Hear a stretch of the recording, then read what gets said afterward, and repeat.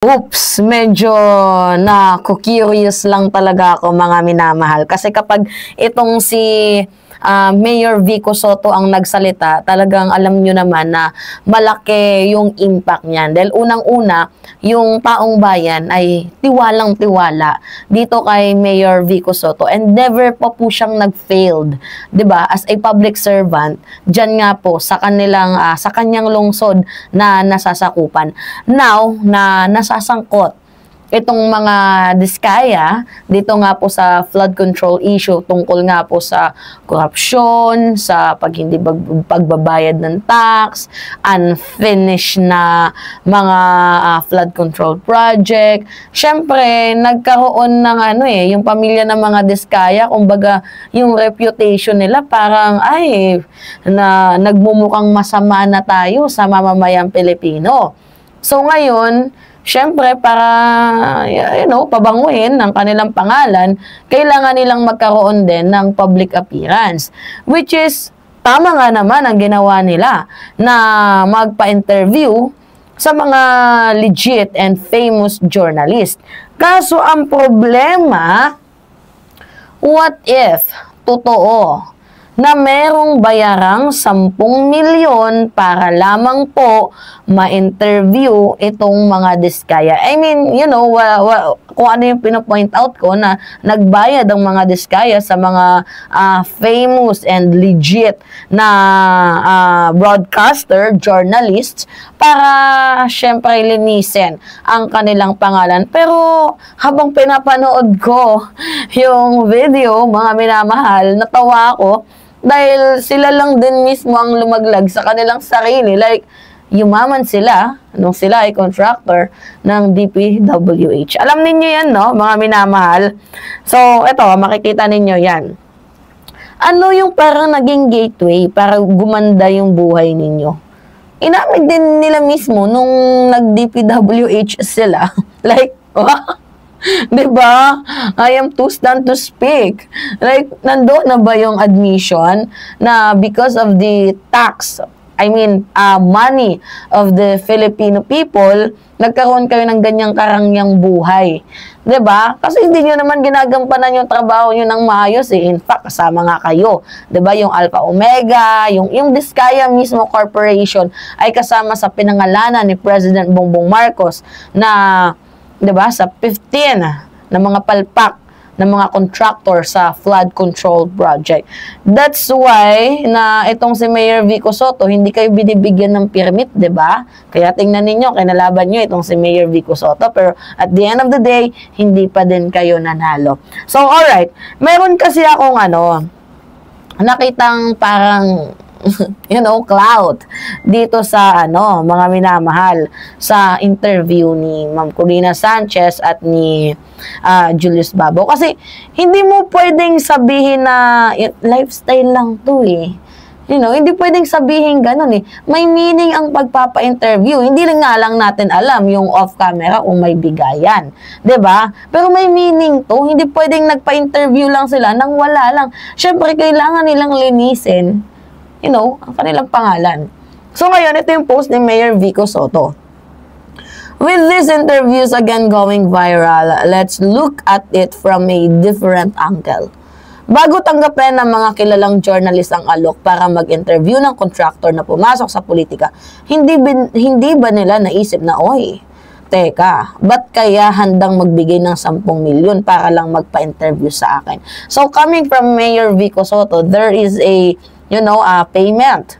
Diba? Dito sa interview, ranging 10 million pesos. 10 million, mga minamahal, is a lot of money. Tandaan ninyo.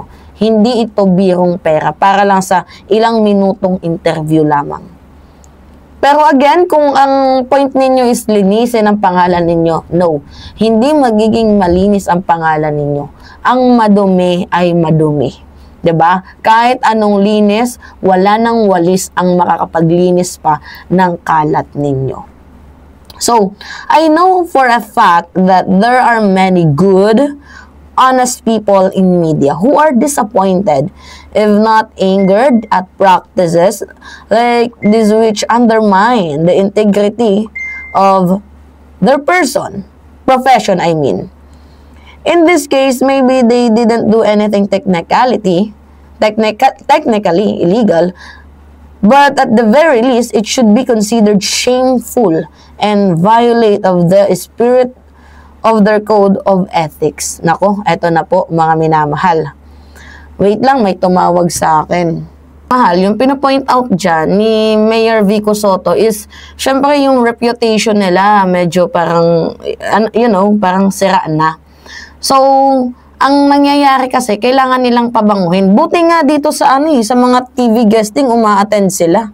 Pero sa hearing, wala eh. 'Di ba? Baka nga maisipan pa nilang mag-wheelchair or mag-neck brace kung sakasakali, mga minamahal, 'di ba?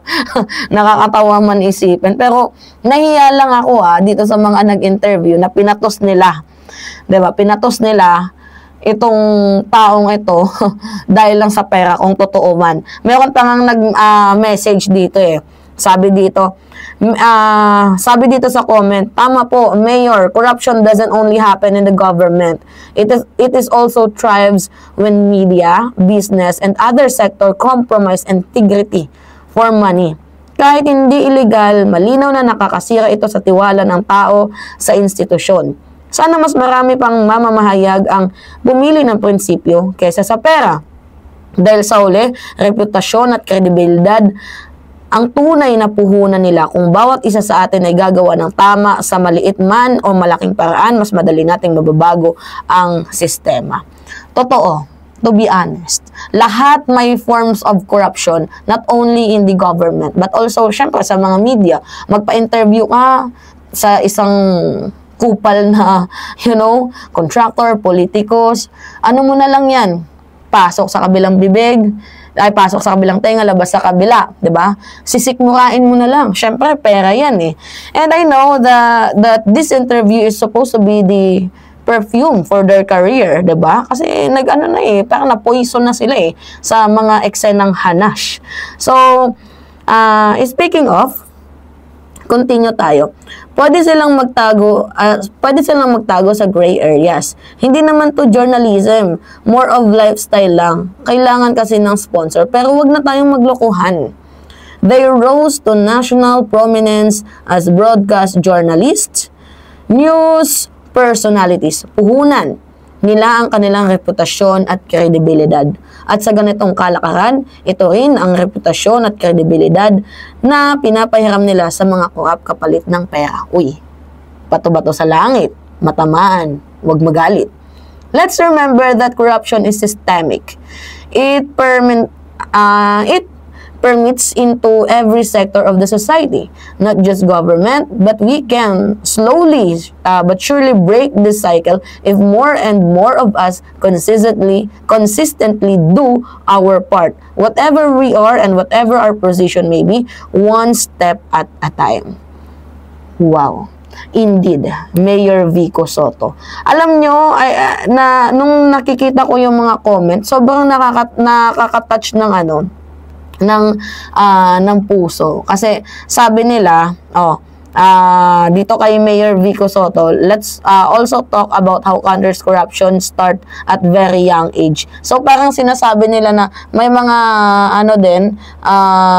politician at very young age nangungura. Pero katulad ni Vico Sotto na batang pumasok sa politika, nakakakita sila ng right path na sana ganito yung sundan ng mga kabataan. Kaya yung mga taga-Pasig dyan, choose your fighters na sa susunod na eleksyon, huwag sayangin ang umpisahan ni Mayor Vico Sotto.